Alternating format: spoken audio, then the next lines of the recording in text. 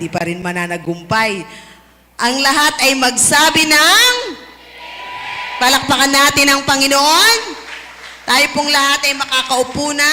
Maganda umaga po sa inyong lahat. Welcome sa first service po. Ang sabi po, ay tayo po tayo muli. Sorry po. Bilang pagbibigay galang po sa salita ng Diyos. Romans chapter 8 verse 31 and 32. What then shall we say to these things? If God is for us, who is against us?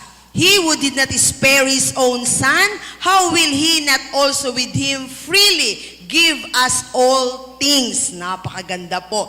Kung siya na hindi pinagkait ang kanyang kaisa-isang anak, lalong higit ang ating mga pangangailangan ay hindi niya ipagkakait. Okay, tayo pong lahat ay makakaupo na. So ang pag-aaralan natin sa umagang ito is facing the giant with Jesus. Di ba? Harapin natin yung mga higanting mga bagay sa buhay natin kasama si Jesus. Kasi hindi po natin kaya yan pag tayo lang po mag-isa.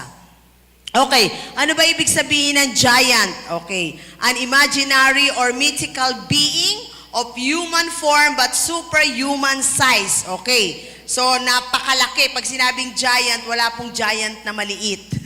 Pag sinabing giant, automatic, malaki po yan. Malaking mga bagay na malalaki sa buhay natin na hinaharap natin at pinagdaraanan natin. Okay, sabi doon, walang maliit na nananalo sa malaki sa tunay na labanan. O, tingnan niyo po yung sumo wrestler dyan.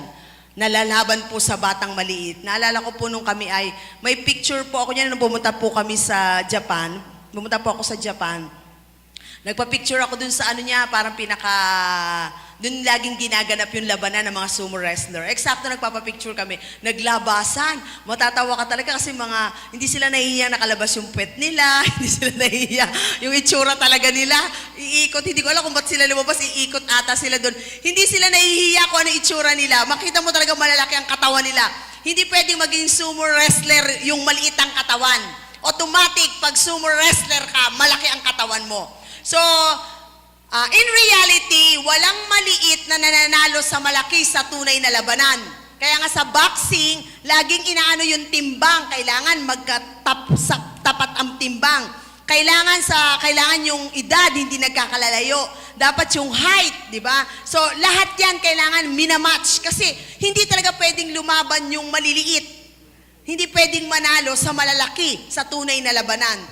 Automatic po yon. Okay, tingnan naman po natin. Walang malaki na nagpatalo sa maliit sa tunay na labanan. Pag ikaw malaki, hindi ka talaga magpapatalo. Pag maliit ang kalaban mo, nakakahiya naman. Kumbaga parang yung katawan na lang tapos matatalo ka pa Diyos ko, parang wala ka mukhang ipagmamalaki. Di ba? Kaya walang malaki na nagpatalo sa maliit. Kaya nga minsan kapag alam mo yung kalaban mo medyo maliit at hindi match sa'yo, mayabang ka. Talagang magyayabang ka kasi nakikita mo pa lang sa physical na mata mo, talo na sa laki lang ng katawan, sa edad lang or sa itsura lang, talo na. Kaya magmamalaki ka talaga kapag ikaw ay malaki na nagpatalo sa maliit. Sa tunay na labanan, walang nagpapatalo niyan. Okay. So, talagang no match. Tingnan nyo naman kung bitbitin niya lang yung kalaban niya. O, di ba? Talagang no match. Hindi pa nagsisimula ang laban, alam mo na kung sino ang panalo. Sa itsura pa lang. Pero sa buhay natin, marami tayong mga giants na hinaharap. At naniniwala ako, baka ang tingin nyo sa sarili nyo, napakaliit natin para harapin tong napakalaking giants na to.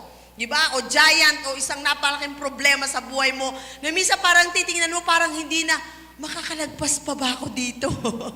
Parang ang tingin mo, matatapos pa ba to? Anong solusyon? Parang minsan tingin mo, wala nang solusyon. Pero hindi po.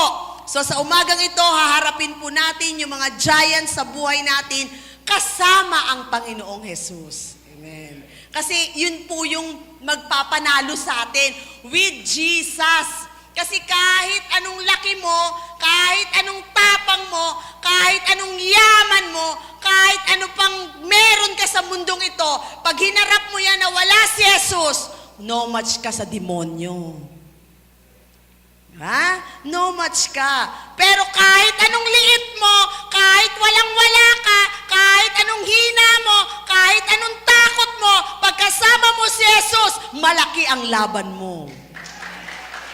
Di ba? Doon nagkakatalo eh. Hindi sa laki, hindi sa tapang, hindi sa galing, hindi sa yaman, hindi sa may sinasandalan, hindi sa kakampi. Ang laban mo doon, si Jesus ang kasama mo. Yun po yun. So, ngayon pa lang panalo na tayo. Amen? 1 Peter 1, 6, 9.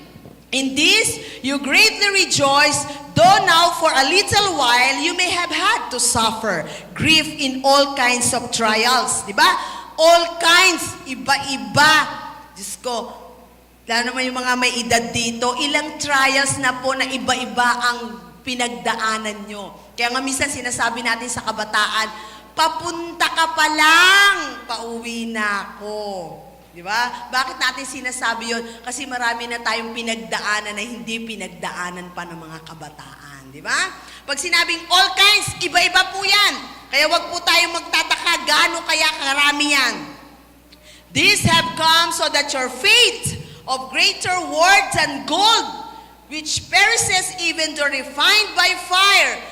Bakit po may mga iba't ibang trials? Kasi yung faith mo na greater worth, na mas napakahalaga kesa ginto, ay kailangan. May be proved genuine and may result in praise. Diba? Kailangan mapatunayang totoo, kaya ka dumadaan sa mga trials. Tingin po kayo sa akin. Paano nyo malalamang totoo? Ang isang bagay, kailangan may pinagdaanan yan. Paano mo malalamang totoo ang relasyon mo sa Diyos kung wala kang pagdaraanan? Paano mo malalamang totoo ang pananampalataya mo kung wala kang mga problemang pinagdaanan? Paano mo masasabing totoo ang relasyon nyo kung walang pinagdaanan ang relasyon ng mga mag-asawa? Paano mo masasabing totoo ang relasyon ng magkaibigan kung walang mga pinagdaanan? Totoo, paano mo malalamang totoo ang iyong bahay na matibay kung walang bagyong Glenda na pinagdaanan yan? Naunawaan po natin? Sapagkat malalaman mong totoo ang isang bagay sa mga bagay na pinagdaanan niya.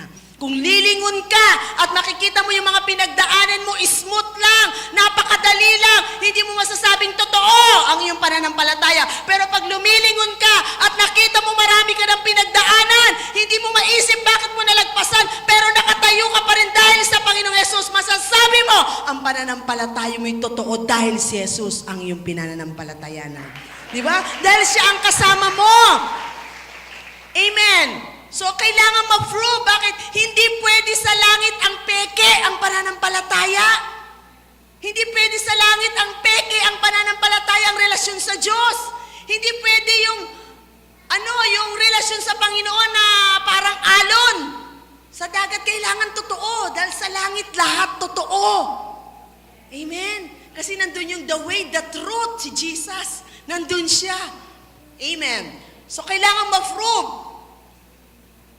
You believe in Him and are filled with an inexpressive and glorious joy for you are receiving the goal of your faith, the salvation of your souls. Mayroon nga nagtanong sa akin, bakit hindi natatapos? Natanong nyo na rin ba yan? Bakit parang hindi natatapos? Bakit? Kasi hindi pa rin tapos sa atin ng Diyos. Yung purpose ng Diyos sa atin hanggat hindi natatapos, hindi po matatapos yung mga giants na yan sa buhay natin. Amen? Gusto niyo na po bang matapos? Sagot, gusto niyo nang matapos? Kukunin na kayo ni Lord bukas. Pag wala na pala, tapos na eh. O i-deliver na kayo sa langit.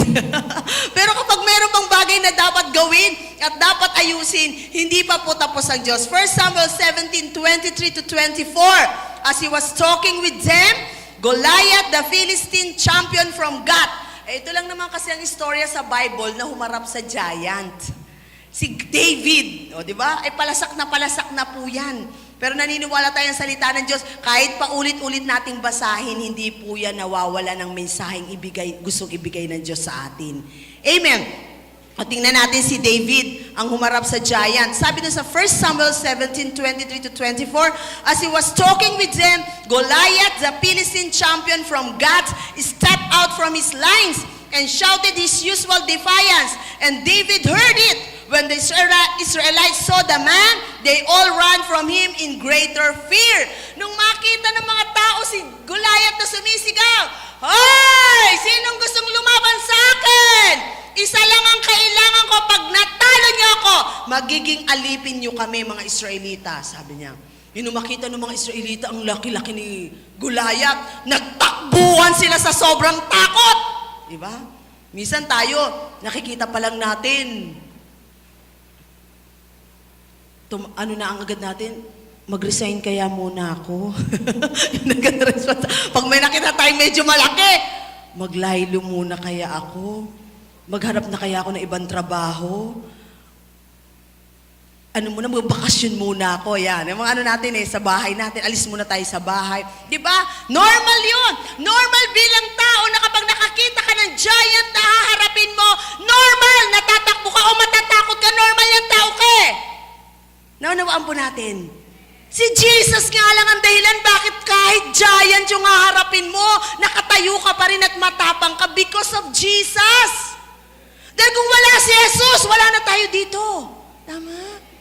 Kung wala na si Jesus, hindi natin kaya lahat ng bagay. Si Jesus lang ang dahilan. Next, first giant na hinarap ni David, na paring hinaharap din natin. Intimidated by his brother.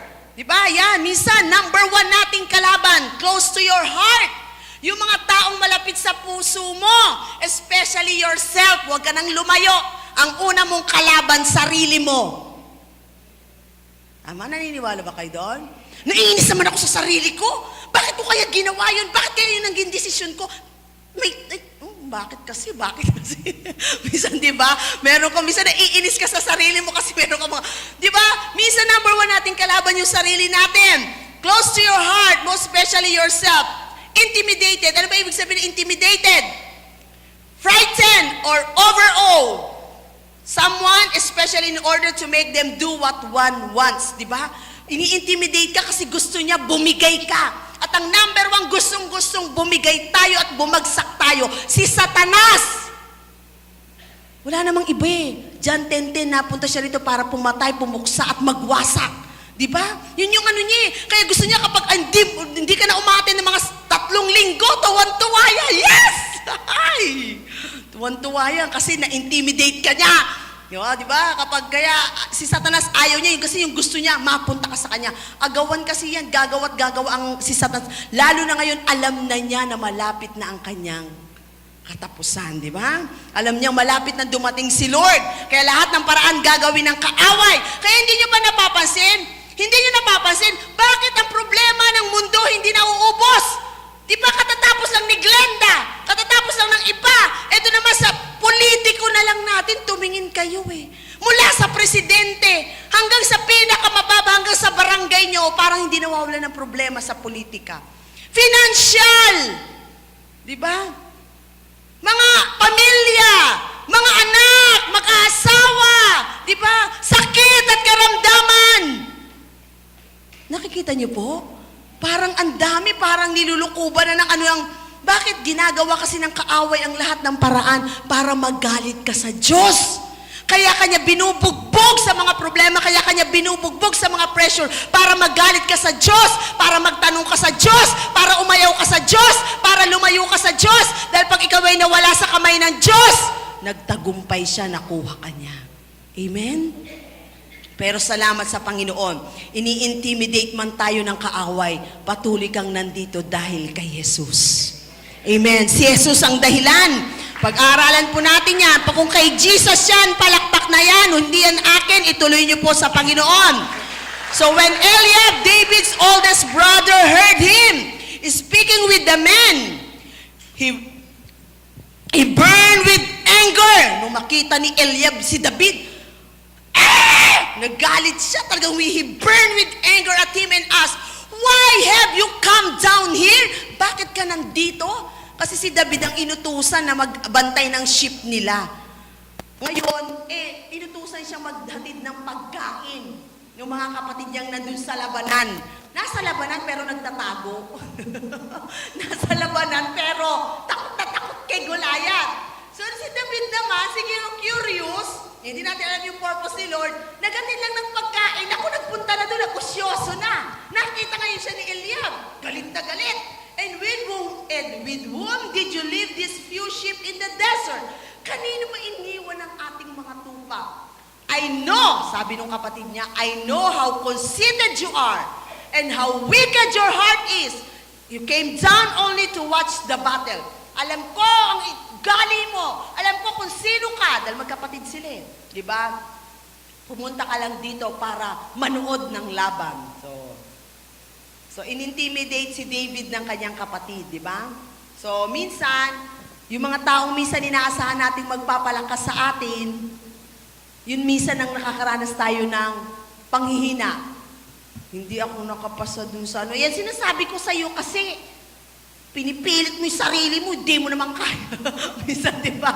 Kung sino pa yung naasahan mo magpapalakas sa'yo minsan, yun pa yung minsan yung ginagamit ng kaaway. Bakit? Kasi mas malaki ang dating kapag close to your heart.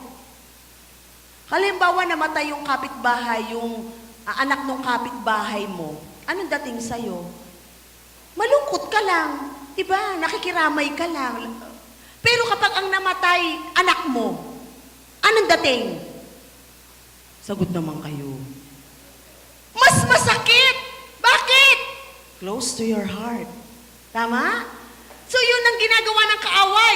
Yung mga nagpapadiscourage sa atin, yung mga bagay na ino natin, yung mga taong malapit sa puso natin. Ano yan? Asawa, anak, biyenan, lahat ng kapamilya, kasama yan. Minsan ginagamit yan ng kaaway para wag kang magpatuloy. Ini-intimidate ka sa pananampalataya mo. Natural yan. But your strength to win the battle is in Jesus, not from the closest people around you, and not even yourself. Kahit ano sinasabi ng sarili mo at ang mga taong nakapaligid sa iyo, kapag si Jesus ay kilala mo, magpapatuloy ka. Amen? Kahit na sinasabi ng sarili mo, wag na, sayang lang yung ginagawa mo, hindi ka naman nakikita, hindi naman na-appreciate, wag ka nang pumunta dyan, ano ba yung church sa'yo, wala ka naman napapala dyan.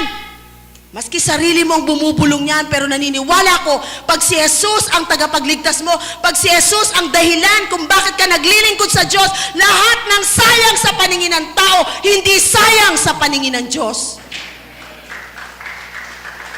Amen? Lagi niyong tatandaan yan. Hindi sayang kapag sa Diyos mo ginawa. Yan yung tinapik ko dun sa midweek namin nung nakaraan, na ang namang bagay na ginagawa natin sa Panginoon, hindi sayang. Maaaring sa tingin ng tao, ang strength mo galing sa Panginoon. Amen. But David persisted, pero hindi niya inintindi yung sinasabi ng nakapaligid. Amen. Maraming maririnig sa paligid, natural yan. Si Jesus ka walang ginagawang mali, maraming narinig. Tayo pa kaya na nagkakamali? Nag-gets yung ibig ko sabihin? Si Jesus nga, sabi ng Biblia, ni hindi nagkasala. Pero maraming narinig sa kapaligiran. Natural yan. Pag naglilingkod ka kay Lord, hindi mo yan pwedeng ayawan. Dahil ayaw ng demonyo na nagpapagamit ka sa Panginoon. Pero pag kilala mo ang tumawag sa'yo, tandaan mo, magpapatuloy ka kahit marami kang naririnig. Amen? Bakit? Sabi nga nung seminar namin kahapon, huwag mong hayaang ang mag-validate ng calling mo at ng pagiging anak mo ng Diyos ay yung mga taong nakapaligid sa'yo. Bakit? Nung tinawag ka ni Jesus, nung ikay pinili ni Jesus, nung ikay naligtas, valid kahit anong gawin ng mundo. You're valid in the sight of God. Amen? Accepted ka kahit anong gawin ng mundo. Accepted ka kahit anong gawin ng paligid mo, ng problema, kahit anong gawin. Naintindihan po natin? So David persisted, nagpatuloy siya. Anong gagawin natin? Sabi ko nga, lagi ko nasasabihin, sabihin niyo sa sarili niyo, lagi kong sinasabi kay Pastor Jack, minsan nag-uusap kami, pareho kaming pastor, umaasa sa ministry, hindi sa ministry pala, mali yun, umaasa kami kay Jesus. Amen?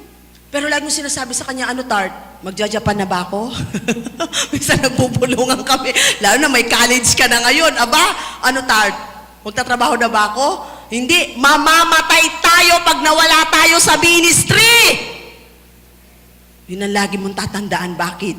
Sapagkat ang Diyos ang dahilan bakit tayo nagpapatuloy. Lagi kong sinasabi, biruin mo, Sa dami ng tao sa kapaligiran, ikaw ang ginamit ng Diyos para magkamay dyan sa mga dumarating na mga anak ng Diyos. Sa dinami-dami ng tao sa kapaligiran, ikaw ang ginamit ng Diyos para mangaral, para magpatotoo, para mag-MC, para mag-opening prayer. Pwedeng gumamit ang Diyos ng ibang tao, pero every opportunity sa paglilingkod kay Lord, kahit maliit lang, take that a great opportunity dahil maraming pwedeng gamitin ng Diyos pero ikaw ang ginamit. Di ba? Hindi sayang yun. Kaya nga ang paglilingkod sa Panginoon hindi na babayaran, hindi kayang bayaran. Pwede kang swelduhan, pwede kang bigyan ng allowance, pwede kang love gift-han, pero hindi nila alam ang pinagdaraanan mo. Nanawa natin? Amen. But David persisted. Anong ginawa ni David? Now what have I done? Ano ba ginawa ko? Sabi niya, said David, can't I even speak? He then turned away to someone else and brought up the same matter. And the man answered him as before. Yung mga tinanong niya sa kapatid niya, yun din yung tinanong niya sa ibang tao. Sabi niya sa kapatid niya, ano bang ginawa ko? Hindi ba ako pwedeng magsalita? Sabi ni David, he persisted. Kapatid, ipagpatuloy mo, mag-persist ka, ipaglaban mo yung pananampalatayang nagsimula na namatay si Jesus sa krus ng Kalbaryo. Huwag mong sayangin. Ngayon kapatid, tigil, marami ka ng pinagdaanan. Amen. Ngayon kapatid, tigil, marami ka ng nagawa para sa Panginoon. Di ba? Maraming giant. Ayaw mo na nga magpatuloy Pero wala. Sige, tuloy tayo kahit anong mangyari. Tuloy. Amen. Walang pwedeng humadlang sa atin. 1 Samuel 17:31-32, what David said was overheard and reported to Saul. And Saul sent for him. David said to Saul, let no one lose heart on account of this Philistine. Your servant will go and fight him. Diba? So sabi ng Panginoon, sabi ni David, hindi ako nawawala ng pag-asa. Let no one lose heart. Huwag kayong mawawala ng pag-asa. Sabi niya, ako ang lalaban sa Pilisteyong ito, sabi ni David. Kung titingnan niyo yung Biblia, napakaliit ni David Kabataan siya para sa higante. Pero anong malaki kay David? Yung pananampalataya niyang hindi siya pababayaan ng Diyos. Kapatid, maliit ka. Wala kang halaga, wala kang pera, wala kang pinag-aralan, mahini ka sa paningin ng tao, mahina ka, sa tingin mo hindi mo kaya ang problema, pero tandaan mo, gaano man kalaki ang hinaharap mo, pag mas malaki ang pananampalataya mong may magagawa ang Diyos, kaya mong harapin yan. Diba? Kahit marami kang pera, kahit magaling ka, kahit matapang ka, kung wala kang pananampalataya sa Panginoong Jesus, lahat ng pinagmamalaki mo sa isang iglap, pwedeng mawala sa'yo. Tatandaan mo natin, hindi mo yan pwedeng ipagmalaki dahil pwedeng mawala yan sa isang iglap. Ngayon pa, hindi na kontrolado ang mga bagyong dumarating sa Pilipinas. Diba? Ngayon pa, ilang eroplano ang bumabagsak. Ngayon pa, parang wala nang safe place sa mundong ito. Tandaan natin kapatid, the more nating nakikitang napakagulo ng mundo at maraming problema, the more kang kumapit kay Jesus. In the end, si Jesus lang ang matitira sa buhay mo.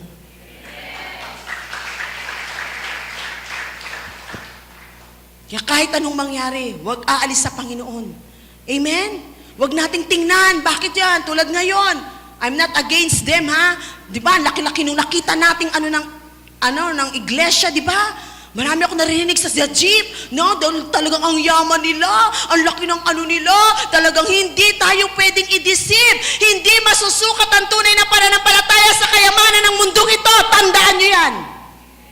Dahil ang tunay na kayamanan wala sa mundong ito, nasa kalangitan. Yan ang tunay na kayamanan. Kaya sabi ng Biblia, huwag kang magsawang maglingkod sa Diyos kahit pagapang. Kahit parang sugatan, kahit parang ayaw mo na, magpatuloy ka dahil ang kayamanan mo sa langit naiipon dahil sa iyong pagpapagal. Amen? Hindi rito sa mundo. Sabihin natin, tayo yung totoo, pero bakit tayo yung walang church na ganun kalaki? Tayo yung totoo, pero bakit ganito tayo? Ni walang pang-upa sa lupa. At ganito tayo yung totoo, pero bakit marami tayong pinagdaraanan? Dahil totoo ang pananampalataya natin. Ang dumaan sa pagsubok, pero nanatiling tapat. Sabi ng Panginoon, darating araw, tatanggap siya ng korona galing sa Panginoon. Di ba? Masasabi mo silang takatayo. Masasabi mo silang nagre-rejoice. Masasabi mo silang sila'y may pananampalataya sa Diyos. Pero dahil may pagpapala, ang totoong nakatayo, dumaan man sa pagsubok, nananatiling nakatayo. Yan ang totoo. Amen? Second giant. Ay, dun muna tayo sa first giant. Una kasing natin, minsan yung sarili. Yan yung number 1 nating kalaban. Bakit? Pag sinabi kasi, lagi nating sinasabi, ang salita ng Diyos, lagi nating naririnig. Ilan taong ka nang nakikinig ng salita ng Diyos? Ilan taong mo nang naririnig magpatawad sa mga kaaway? Pero pag dumarating sa punto ng buhay mo meron kang kaaway, nag-iisip ka pa kung patatawarin mo. Ilang beses mo nang narinig sa salita ng Diyos, pag sinampal ka sa kaliwa, ibigay mo pa ang kanan. Ilang beses mo narinig sa salita ng Diyos, mas mabuti ang nagbibigay kesa tumatanggap. Ilang beses mo nang narinig sa salita ng Diyos, na huwag niyong kaliligtaan ng mga pagtitipon. Ilang beses mo nang narinig sa salita ng Diyos, marami ka nang narinig sa salita ng Diyos. Nasabi ng Biblia, kung gusto mo maging mataas, magpakababa ka. Ilang beses mo nang narinig sa salita ng Diyos. Nasabi ng Diyos, kung sino gustong mauna, maging huli. Lagi nating naririnig, pero pag dumarating tayo sa mga sitwasyon na kailangan nating i-apply yan, nag-iisip tayo. Di ba? Bakit? Kalaban natin yung sarili natin. Pero lagi nating tatandaan, hindi nagkulang ang salita ng Diyos. Tumingin po kayo sa akin. Ayan. Sabi ko na naman, kasi gusto ko ano nyo po sa inyong sarili. Minsan, ang pagsubok na pinagdaraanan natin, minsan may bahagi tayo. Tama ba? Minsan may bahagi tayo. Kaya lang minsan ito yung reality. Mahirap makita ng tao ang kanyang sarili. Yan ang reality. Totoo yan kahit kanino. Pag meron ka narinig, tingin mo sa sarili mo, ang agad kasi sila. Yun agad ang ano mo. Pero hindi mo kailan mo nasabi sa sarili mo, kasi ako. Pero lagi nating tatandaan, may bahagi tayo sa lahat ng bagay. Bawat bagay na ginagawa mo sa buhay mo, decision mo, hindi decision ng mga taong nakapaligid sa'yo. Tama? Kung hindi ka nag-aral na mabuti at ngayon bagsak ka, hindi mo alam kung paano mo sasabihin sa magulang mo, hindi mo alam kung paano mo sasabihin hindi ka nakagraduate, sino ang sisisihin mo? Dahil yung mga kaklase ko, binubuli ako. Dahil yung mga teacher ko, terror. Dahil yung sisisihin mo ba ang mga taong nakapaligid sa'yo? No. Dahil nag-decision ka na hindi ka mag-aaral ng mabuti. Nagpa-apekto ka. Nagigets nyo ba ibig ko sabihin? Lagi nating tandaan. Bakit? Lagi mong tatandaan para magtagumpay tayo sa mundong ito. Pag meron tayong pinagdaraanan, tingnan agad natin yung sarili natin. Pag may bahagi tayo, luhod sa harapan ng Diyos. Pag wala tayong bahagi, panampalatayang mapagtatagumpayan mo yan. Naunawaan po natin? Kasi hindi natin kayang pagtagumpayan. Bakit? Kapag ang isang pagsubok pinagdaraanan natin, may problema tayo. At ang tingin natin, wala kang bahagi. Pero ang gusto ng Diyos, makita mo yung sarili mo. Magsisi ka, magbago ka, mag-improve ka, mag-mature ka. Pero pag hindi mo tinignan ang sarili mo, tinignan mo ang ibang tao, hindi masusunod ang purpose ng Diyos. Bakit na ipinahintulot ang pagsubok sa buhay mo? Nagigets niyo ibig ko sabihin? Dapat una sa sarili, bago palabas, para makita natin may mga bagay. Hindi pa tapos ang Diyos sa atin, lahat. At lagi nating sinasabi, lahat ng bagay, pinapahintulot ng Diyos dahil may purpose siya. Una, kanino? Sa'yo. Naintindihan po natin, sa atin. Kaya lagi po nating unahin yung sarili. Ito ang number 1 nating kalaban. Dahil ang tao, kahit anong mali niyan, pag ayaw niyang aminin sa sarili niyang may pagkakamali siya, kahit pang anong gawin ng Diyos at ng taong nakapaligid sa kanya, hindi niya yan pwedeng makita. Pero kapag marunong kang tumingin sa sarili mo, bago ka lumabas, makikita mo ang purpose ng Diyos, ba't pinahintulot niya. Di ba? Wala ka ng baga. Pinapatotoo ko lagi yung biyenan ko eh. Nagdebate kami minsan eh. Sabi niya, kala ko ba, di ba pastora ka? Sabi ko, oh tatay, halika mag-usap tayo. Ba't sabi pag na-born again ka, tinanggap mo si Jesus, magaling ka na. Bakit hanggang ngayon may sakit pa rin ako? Di ba? Sabi ko, tatay, ilang taong ka ng Christian? Bagong kasal lang kami ni Jack noon eh. Siguro mga 6 years. Ilang taong ka nang umiinom ng naninigarilyo at umiinom? Binata pa ako. Binatilyo pa ako. Siguro mga 30 years na. Sabi ko sa kanya. Sabi niya, 30 years na. So, ang sabi ko sa kanya, ang unang pinapagaling ng Diyos, kaluluwa. Espiritu, hindi ang pisikal. Sabi ko sa kanya. Magaling ka na by faith. Pero minsan, inaalaw ng Diyos yan. Bakit? Para makita mo na yung pinaggugulan mo ng mahabang panahon na alak at sigarilyo, ito ngayon ang bunga sa katawan mo. Nagets mo natin? Minsan may bahagi eh. May bahagi. Lagi nating tatandaan yan. May bahagi. Hindi pwedeng wala. May bahagi. Kung wala man, doon ka manampalataya at manindigan. Kung wala kang bahagi, di taas ang noo. Lalaban ako, magpapatuloy ako. Bakit wala akong bahagi? Pero pag may bahagi ka, baba ang loob sa Diyos. Doon tayo nakaka-overcome eh. Naintindihan po natin? Kasi niniwala tayo eh. Kilala tayo ng Diyos eh. Wala tayo pwede itago sa Panginoon. Lagi ko sinasabi, pwede mong dayain ng tao, pero hayag ang buhay mo sa harapan ng Diyos. Amen? Don't be intimidated by yourself or anyone sa mga mahal mo sa buhay. Gagamitin at gagamitin ng Diyos yan. Di ba? Eh kung minsan ang rules ko sa bahay, pag magpipreach ako, walang manggagalit sa akin. Kasi mahirap mag-preach kapag nanermong ka muna sa bahay. Kaya rules ko yan. Magpipreach ako sa linggo. Di ba, Jacqueline, Jake? Walang mang-iinis sa akin. Wala. Kasi ang hirap mag-preach. Di ba? Minsan tatayo ka na lang. Ay naku, mahirap talaga. At least mas maganda yung kaya po yung minsan yung sarili mo talaga. Hallelujah. So yun lang po, hindi ko naman sinasabing laging ikaw, laging sa'yo merong mali. Pero wag muna tayong lumayo. Di tama naman, di ba? Tingin muna natin yung sarili natin bago tayo lumabas. Bakit? Mas maganda po yun. Kasi wala namang ibang pwedeng tumingin sa sarili mo, kundi ikaw at ang Diyos. Kasi kayo lang ang wala tayong pwedeng dayain. Di ba? Second giant, intimidated by the king. Di ba? Saul replied, "You are not able to go out against this Philistine and fight him. You are only a boy, and he has been a fighting man from his youth." Di ba sabi niya? You're only a boy. Hindi mo kaya, hari na nagsabi. Hindi mo kaya. Anong sinabi ni Samuel? Sinabi na Saul, tinagalog ko pa, hindi mo kaya. Ang Pilisteyong iyon, may gatas ka pa sa labi. Samantala siya isang kilabot na mandirigma. Sabi ng hari, bakit si Saul ay naging hari, siya ay mandirigma, kaya alam niya. Si David, youth lang kabataan lang. Pero alam niyo ba lagi natandaan, ang standard ng mundo malayo sa standard ng Diyos. Lagi niyo yan tatandaan. Kaya kung sa mundo hindi ka pasado, take heart! Basta pasado ka sa harapan ng Diyos. Hindi mahalaga ang sinasabi ng tao pag alam mo ang stand mo sa harapan ng Diyos. Amen? Bakit? Ang sabi dito, ang standard ng mundo, anong laban mo? Mandirigma to, eksperyensado, kabataan ka lang. Kahit wala kang laban, kahit hindi ka mandirigma, kahit hindi ka eksperyensado, kahit wala kang alam, pagkasama mo ang hari ng malhari, ikaw ang magtatagumpay. Yan ang standard ng Diyos.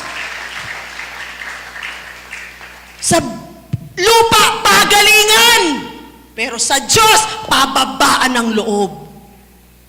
Nanawa natin? Sa lupa, payamanan. Sa Diyos, hindi yung marunong magbigay at magsakripisyo. Yun ang tinitingnan ng Diyos. Nanawaan po natin? Iba ang standard ng Diyos sa mundo. Kaya lagi nating i-please ang Diyos. Lagi nating yakapin ang Diyos. Lagi tayong kumapit sa Diyos. Kasi lagi nating sasabihin, kahit ayawan ka ng lahat ng tao, pag gusto ng Diyos, walang magagawa ang tao. Amen? Kahit anong galing mo. Ako nga maraming naririnig. Alam ko maraming taong ayaw sa akin. Maraming taong okay lang yun. Hanggat gusto ng Diyos, nandito ako nakatayo at naglilingkod at nangangaral. Wala kayong magagawa. Ang Diyos ang nagdesisyon. Nanganawaan natin? Ganun din. Hanggat gusto ka ng Diyos, patayuin dyan. Walang magagawa ang tao. Naintindihan natin. So king, hari na. Minsan takot tayo dun sa mga matataas. Minsan takot tayo dun sa mga may katungkulan. Minsan takot tayo dun sa mga tinitingala. Minsan natatakot tayo kalaban natin mayayaman. Minsan takot tayo dahil ang kalaban natin wala tayo, katiting lang. Kapatid, kapag sinukat mo sila sa sukatan ng mundo, matatakot ka, aayaw ka, bibigay ka, aalis ka. Pero pag sinukat mo, ang paglaban mo ay dahil sa Panginoon, kasama mo ang Diyos. Sinong paglaban sa'yo kung ang Diyos ang panig sa'yo?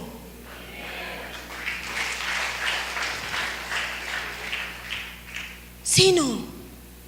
Sino pwedeng lumaban sa'yo? Wala. Diba? Kaya ako po, kapag ako, may alam ko sa sarili ko, lahat tayo may kahinaan. Pero lagi akong umiiyak sa Diyos. Lagi kong sinasabi, Lord, wala akong yaman na pwede akong piliin ng tao. Wala akong pinag-aralan na pwede akong piliin ng tao. Wala akong posisyon sa church na ito para piliin ng tao, para manatili dito. Pero sumasandal ako sa iyo, tinawag mo ko kahit kailan hindi nagkamali ang Diyos. Amen? Kahit nararamdaman mong intimidated ka ng ibang tao, kahit nararamdaman mo na hindi ka kinikilala bilang pastor, kahit nararamdaman mong mababa ang tingin sa iyo, pero tandaan mo pag ang Diyos ang tumawag sa iyo, kahit anong mangyari, walang magagawa ang tao. Naintindihan po natin, bakit dahil ang pagtawag ng Diyos, hindi sa standard ng mundo. Ang pagtawag ng Diyos ay dahil nakikita ng Diyos yung puso mong gustong maglingkod sa Kanya. Amen? So huwag tayong ma-intimidate. Kahit sino pa. Bakit basta alam mong tinawag ka ng Panginoon? Kasi lagi ko yung nararanasan. Natural yun, mundo yan eh. Kailangan tanggap mo yan. Diba? Bakit? Lagi mo tandaan, ang pag-ibig ng tao, conditional yan. Kahit gaano pa yan kamahal, kahit anak mo pa yan, asawa mo pa yan, kahit pa yan sinong Poncio Pilato sa buhay mo, ang pag-ibig ng tao conditional. Pag napapakinabangan ka ng tao, mabango ka sa kanila.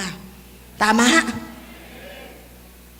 Totoo yan, reality yan. Pero unless na lang na ikaw ay nasa Panginoon, kahit ganon ang nakikita mo, magpapatuloy kang maglilingkod sa Panginoon. Di ba? Natural yan eh.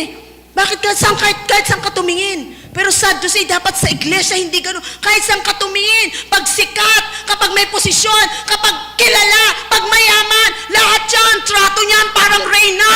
Dahil may pakinabang, o sige ganyan, papakita mo lahat ng favor. Dahil may posisyon, lahat ng favor, kahit hindi nakarapat-dapat, pupurihin mo pa rin. Lahat ng favor dahil mayaman, lahat ng favor dahil ganito yan, kilala yan, kahit hindi karapat-dapat, ibibigay ng tao yan, ng mundo yan. Tama? Pero sa harapan ng Diyos, sorry, may mababang puso ang tinitingnan ng Diyos. Puso ang tinitingnan ng Diyos, hindi posisyon. Puso ang tinitingnan ng Diyos, hindi yaman. Puso ang tinitingnan ng Diyos, hindi kagandahan. Puso ang tinitingnan ng Diyos, hindi talino. Salamat, may Diyos tayong unconditional ang pagmamahal sa atin.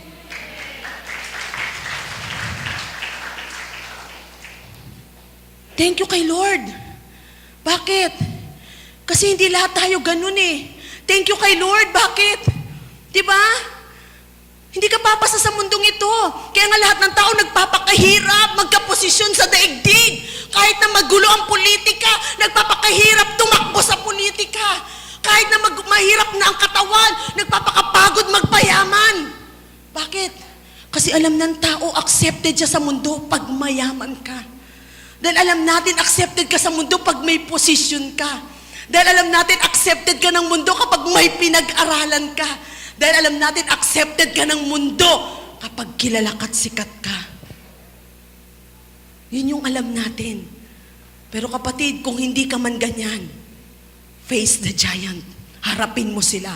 Pagkasama mo si Jesus, lahat ng yan pwedeng baliwalain ng Diyos.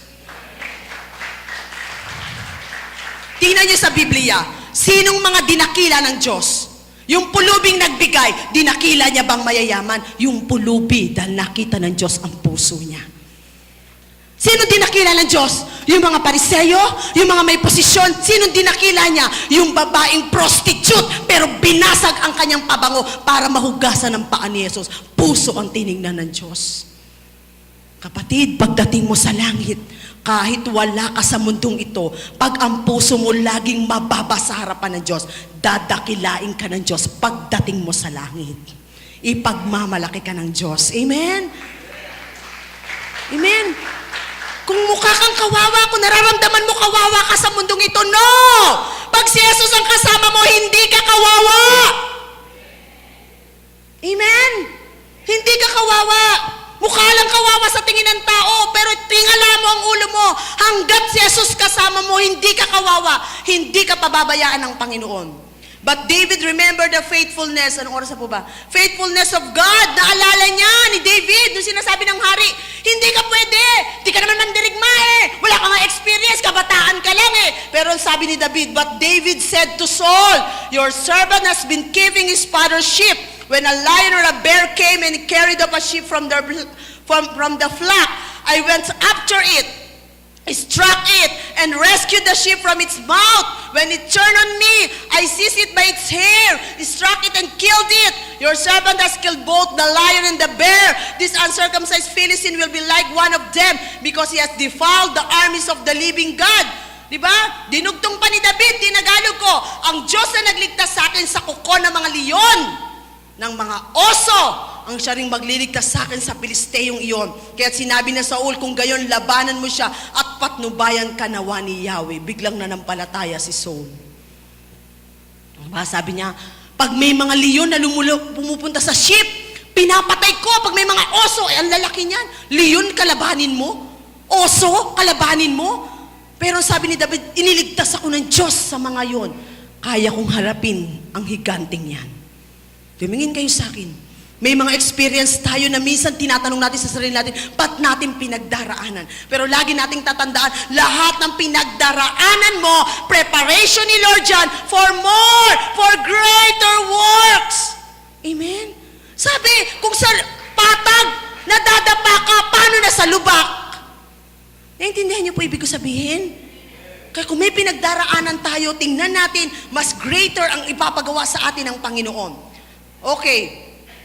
So yun ang second giant natin. Yung mga taong nakapaligid sa atin. Yung mga may posisyon. Yung may mga tingin natin. Lagi nating tatandaan, hindi po yan masama. Bakit? Ang posisyon galing sa Diyos. Ang Diyos ang nagtataas. Kaya nga lagi natin tatandaan, maski sa government, aklat ng Romans, ang sabi sa government, ang mga nilagay ng Diyos yan, kahit kurap sa paningin mo, ang Diyos ang naglagay niyan. Eh, bakit nilagay ni Lord? Nandaya naman. Bakit nilagay ni Lord? Tulad si Erap, tulad si Gloria. Ay, wala na atang natira sa Pilipinas, presidente sa Pilipinas na hindi na, ang tawag ron? Nai-impeach. Ngayon, sinoy-noy naman ang inaano nilang ma-impeach. Nagkamali ba ang Diyos? Hindi. Hanggat hindi natututo ang mga tao na igalang ang inilagay ng Diyos, walang magagawa.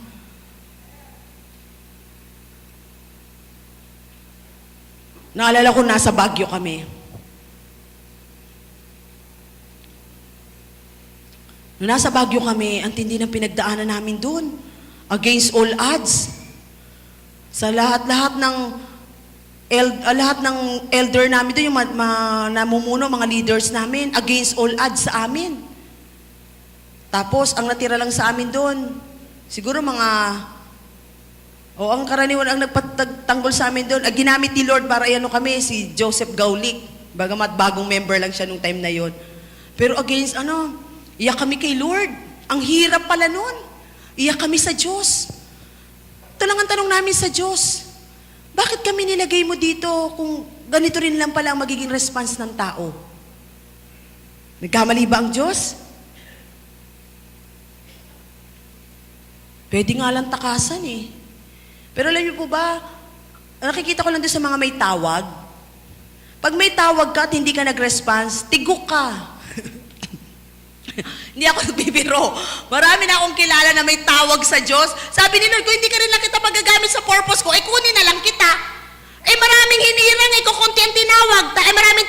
konti hinirang. Konti lang ang pastor. Hindi tayo lahat pastor, mas marami ang miyembro. Tama? Ngayon kung ikaw lang yung isa sa mga pastor na tinawag ko, ayaw mo pa, ititigok na kita. Ayun yung purpose ko, kaya mahirap pa yung tawag. Ako nga, nung una, magpastor ko, ayaw ako nga magpastor, Lord. Kilala ko sarili ko, maingay ako, madaldal ako, mahilig ako sa sexing damit, ganito ako. Oh, sabi nila, palakaibigan ako sa mga boys, karaniwang kaibigan ko noon, sila Pastor Romy Biray, sila Pastor Joe, di ba? Ninang Mer. Ito ako, Lord, ayoko. Hindi ako papasa sa ano ng mundo. Nabagsakan ng poste ng Meralco ang paa ko. Lahat ng kuko ko tanggal. Nakataas yung pa ako sa ospital, perpetual. Sabi ko, Lord, magpapastor na po ako. Nung gumaling na ako, ayaw ko magpastor, Lord eh. Ayaw nila sa akin. Hindi ako papasa, Lord. Okay, naitak yung aking daliri. Muntik na maputol to. Nasa ospital ako, nakabenda ako, Lord, magpapastor na po ako. Pataas na! Baka sasabi ko sunod leeg na. Kasi kamay, paa kamay, tapos sunod leeg na. Kaya pikit mata! Nagpunta sa Bible School, sa Tinig ng Himala. Hindi ko alam na kung ano nangyari. Basta alam ko, ito, nangangaral ako. Hindi ko alam si Lord. Gusto ng tao? Walang gusto ang tao. Ayaw natin. Pwede ngang umalis, pwede. Pero mamamatay ka kasi yung calling mo eh. Tinawag ka ng Diyos. Kaya minsan parang yung heart mo, kalaban mo yung pagkatawag mo sa Diyos. Nung nandun ako nung last Sunday sa Bulacan, nagsalita ako sa youth camp, youth night. Nakikita ko yung mga kabataan. Nung pag-uwi ako sa bahay, umiiyak ako sa Diyos. Sabi ko, Lord, ito yung tawag mo. Ang hirap talikuran. Kahit pilit mong gustong huwag tingnan yung pangangailangan, huwag tingnan yung pinagdaraanan, huwag mong tingnan yung mga wala ka sa buhay mo. Pero mas matindi yung tawag ng Diyos. Kasi alam mo sa sarili mong tinawag ka ng Panginoon para mangaral. Pero nagpapatuloy, lumalaban, nagtatagumpay dahil si Jesus kasama mo. Kapatid, lahat tayo may pinagdaraanan. Tama? Lahat tayo mayroong struggle. Lahat tayo mayroong ayaw sa buhay natin. Lahat tayo may tanong, bakit nangyayari?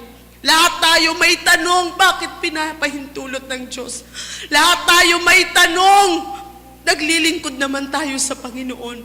Lahat tayo may tanong, pero bakit? Bakit yung tawag ng Diyos sa atin? Bakit yung paglilingkod sa Diyos, hindi mo ma-give up?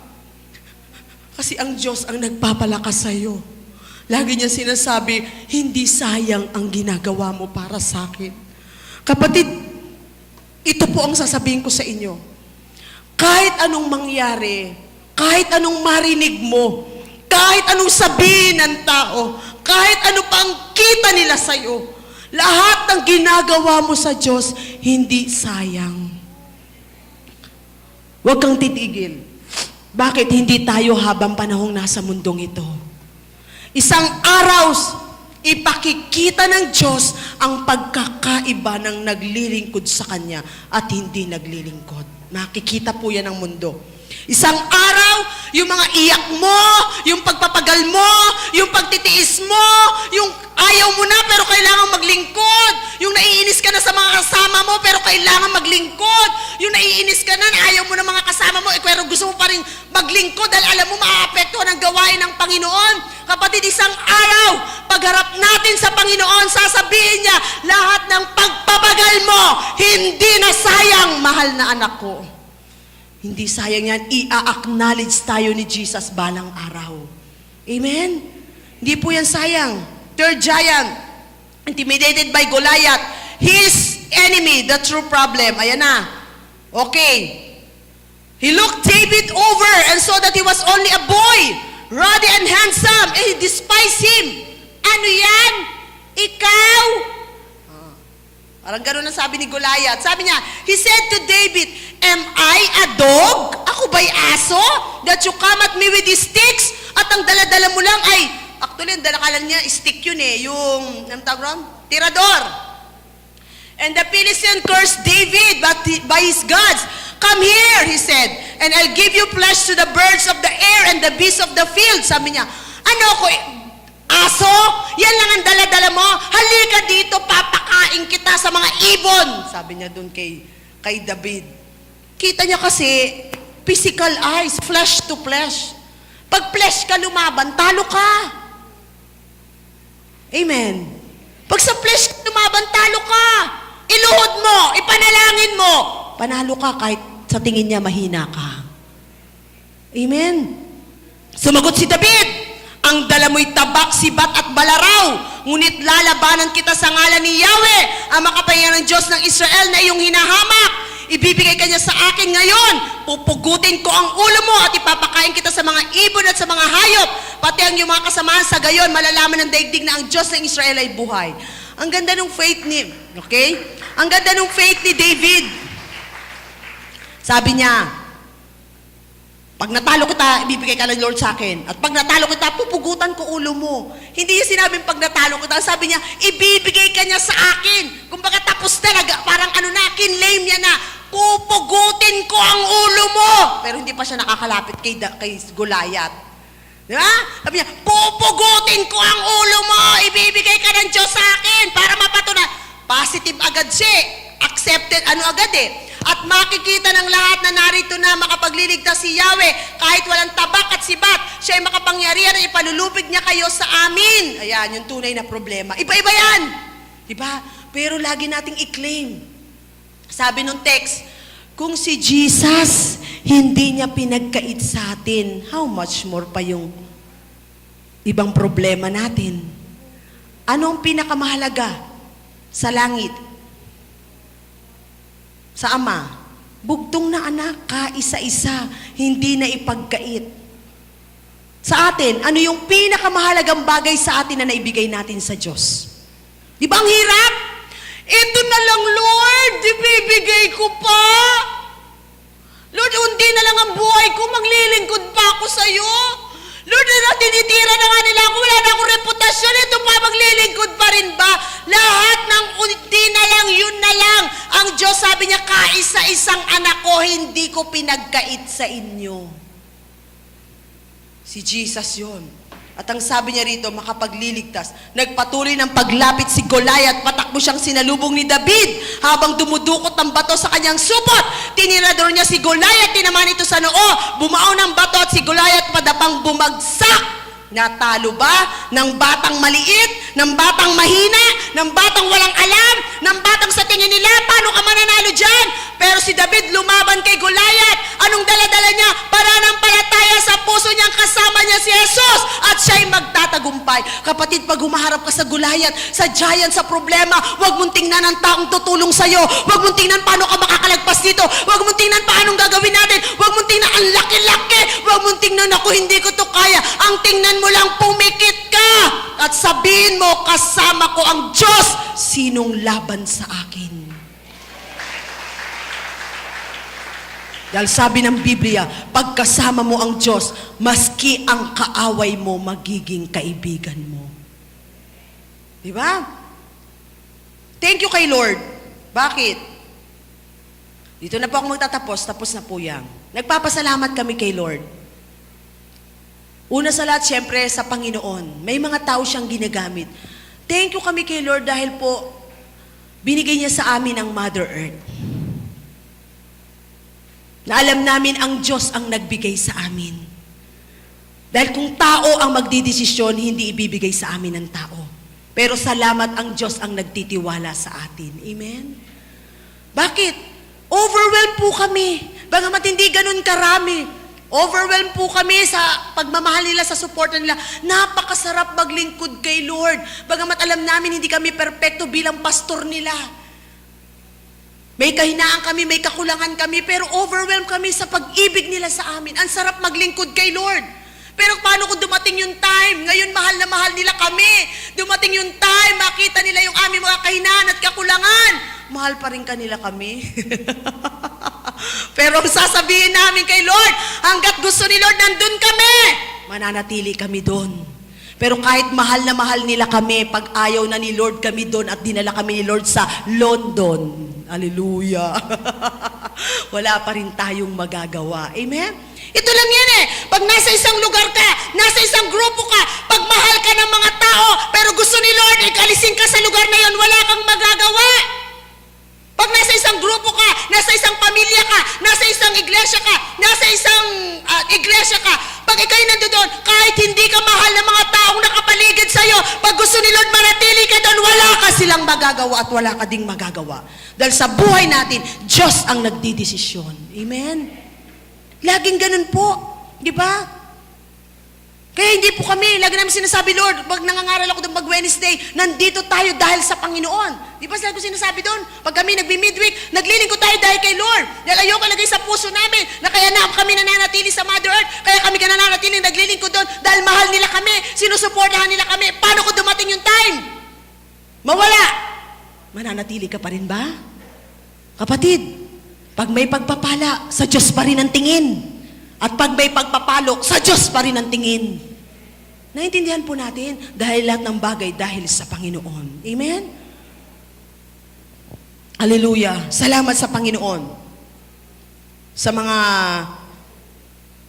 bagay na nararanasan natin. 2 Peter 2:9, hindi ako magtatapos. If this is so, then the Lord knows how to rescue godly men.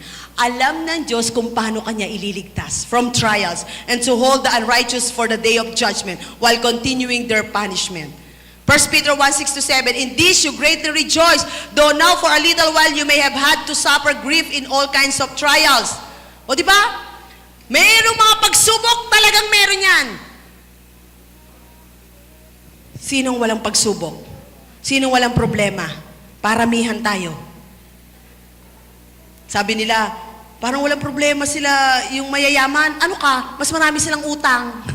Sorry, hindi naman lahat. Mas marami silang babayaran, di ba? Parang walang problema. Meron, lahat meron. Pero anong dahilan ba't nagpapatuloy tayo? Ha? Anong dahilan? Si Jesus ang dahilan bakit tayo nagtatagumpay. Lagi mo sabihin, Panginoon, kung si Jesus hindi mo pinagkait sa akin, ito pa kaya problema na to? Ito pa kaya ang taong ito? Ito pa kaya ang pagsubok na ito? Ito pa kaya ang sakit na ito? Ito pa kaya ang pangangailangan na ito? Ano? Ihilera mo sa harapan ng Diyos ang hindi kayang sulbahin ng Diyos sa buhay mo. Sabi ng Diyos, kung si Jesus hindi ko pinagkait sa iyo, lalong higit ang lahat ng bagay na nagpapahina sa iyo. Kaya mong mapagtagumpayan. Amen? Palakpakan natin ang Panginoon. Tayong lahat ay tumayo. Let's pray.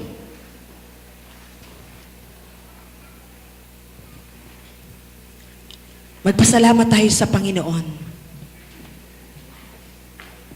Lahat ng bagay kaya natin mapagtagumpayan. Huwag kang mai-intimidate sa sinasabi ng tao. Huwag kang mai-intimidate sa mga bagay na naririnig mo. Lagi nating tingnan ang ating mga sarili. Lagi tayong may bahagi. Yes, Lord God. Malaki sa tingin mo, pero pagkasama mo ang Diyos, walang malaki pag ang Diyos ang kasama mo.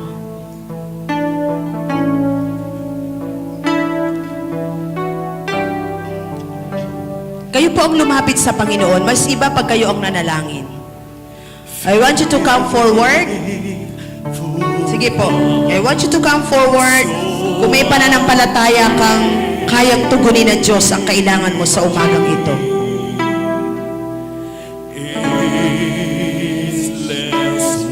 Sige po. I want you, gusto ko, ikaw ang umiyak sa Diyos. Gusto ko, ikaw ang magsabi sa Diyos. Kilala ka ng Diyos. Walang pwedeng itago sa Panginoon. Kilala ka ng Diyos. Ang hindi mo kayang sabihin sa tao, kayang basahin ng Diyos ang laman ng puso mo. Taas mo yung dalawang kamay. I will not pray for you. Gusto ko ikaw ang humingi sa Panginoon. Sabihin mo, ano ang gusto mong gawin ng Diyos sa buhay mo?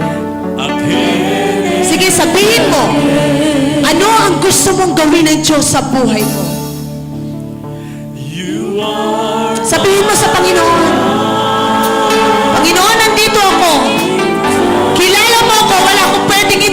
sa'yo. Hayag sa'yo ang buhay ko. Hayag sa'yo ang kahinaan ko. Hayag sa'yo ang mga pinagdaraanan ko. Hayag sa'yo ang pangangailangan namin. Sige, sabihin mo sa Panginoon. Gustong-gusto ng Diyos na marinig ang iyong mga panalangin. Gustong-gustong marinig ng Diyos ano yung nais mong gawin niya sa'yo. Ang iyong mga luha, ang iyong mga luha ay mabangong samyo sa harapan ng Panginoon. Sige, huwag kayong ma-disturb ng mga nakapaligid sa inyo. Sabihin mo sa Panginoon, ano nagpapahina sa'yo? Ano nagpapahina sa'yo? Ano nagpapadiscourage sa'yo para wag magpatuloy? Pagod ka na ba? Bibigay ka na ba? Alam ng Diyos ang limitasyon mo. Kulang ka ng pagmamahal, atensyon. Ang pag-ibig ng tao ay conditional. Sa Diyos ka kumapit. Kahit kailan hindi nagbago sa'yo ang Panginoon. Ano nagpapabigat sa'yo? Sige, sabihin mo sa Panginoon.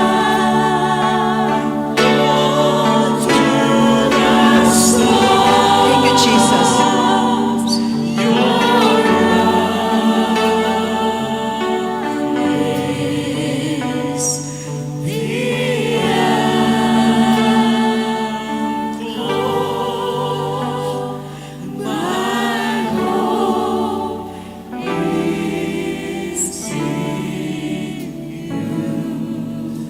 Habang tumutugtog ang organ, tayo manalangin sa Panginoon. Taas mong yung kamay. Yes, Lord Jesus. Kilala ka ng Diyos. Oh, you're faithful, God. Alam niya kung hanggang saan ka. Yes, Lord. Alam niya kung bibigay ka na. Oh, Alam niya yung mga gusto mong gawin. Alam niya yung plano mo. Alam niya yung mga desisyon mo na lumayo na sa Kanya. Alam niya yung mga desisyon mo na tumigil na lang. Kasi yun na lang yung tingin mong paraan para maibsan ka. Alam ng Diyos yung mga desisyon mong i-give up na lang kung ano yung nasimulan mo. Hindi mo kayang sabihin sa tao kasi hindi naman lahat makakaunawa sa'yo. Hindi mo pwedeng sabihin sa mga anak mo kasi hindi naman lahat kayang tanggapin. Hindi lahat. At ayaw mong mabigatan sila.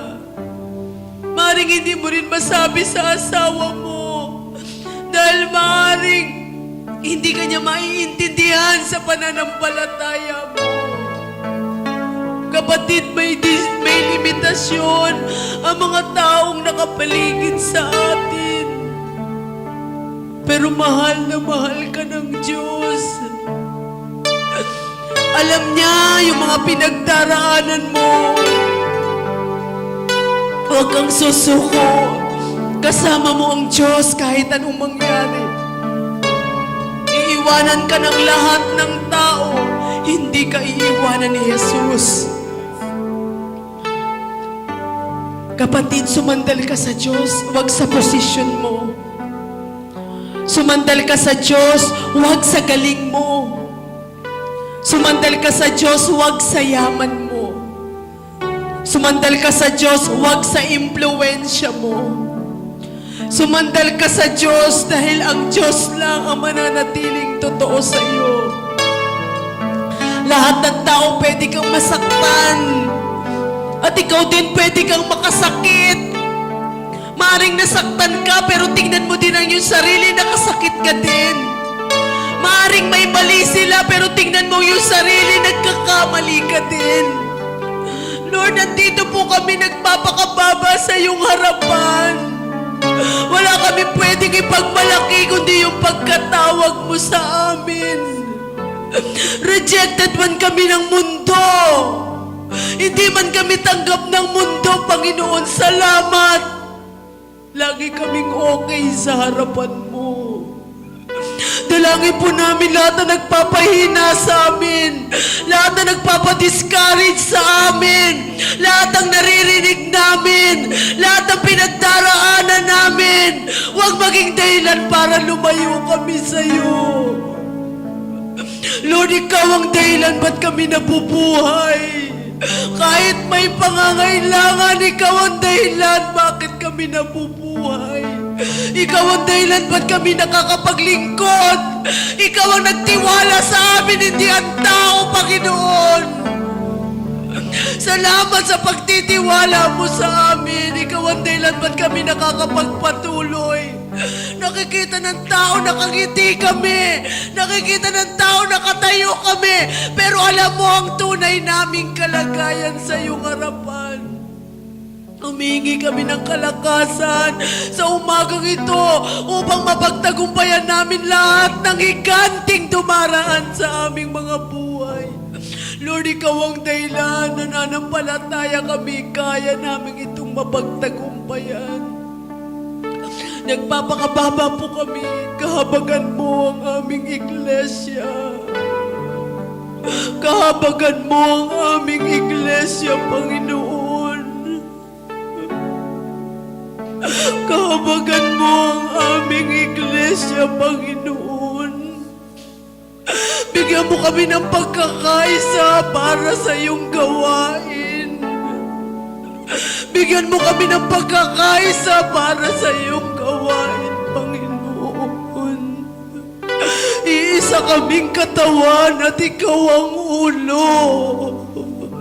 Kung magkakagatan kami, Lord, mauubos kami. Kahabagan mo kami mula sa leader namin hanggang sa pinakamaliit na miyembro ng iglesyang ito. Kahabagan mo kami, Panginoon, lahat kami may bahagi. Kahabagan mo kami, Panginoon. Walang magaling, walang tama. Sa harapan mo, tinitingnan mo ang puso mapagkumbaba at puso handang sumunod sa iyo. Puso, Panginoon, na may burden para sa iyong gawain. Marami pong salamat, hindi po namin kaya kung wala ka.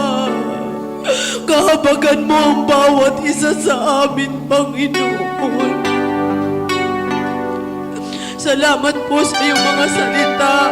Salamat sa kalakasan. Nakakapagpatuloy kami dahil sa iyo. At sa pangalan ni Jesus, inaangkin po namin lahat ng higante sa iglesia nito ay mapagtatagumpayan namin. Lahat ng higanting problema ng iglesia nito ay mapaglalagpasan namin. Lahat ng higanting problema sa buhay namin, sa pamilya, sa pinansyal, sa ministry, sa aming mga sarili, sa trabaho, sa hanap buhay, mapagtatagumpayan namin dahil sa Panginoong Yesus. Sa iyo ang papurit pa sa salamat sa pangalan ng Ama, ng Anak at ng Espiritu Santo. Ang lahat ay magsabi ng good morning po and God bless you po.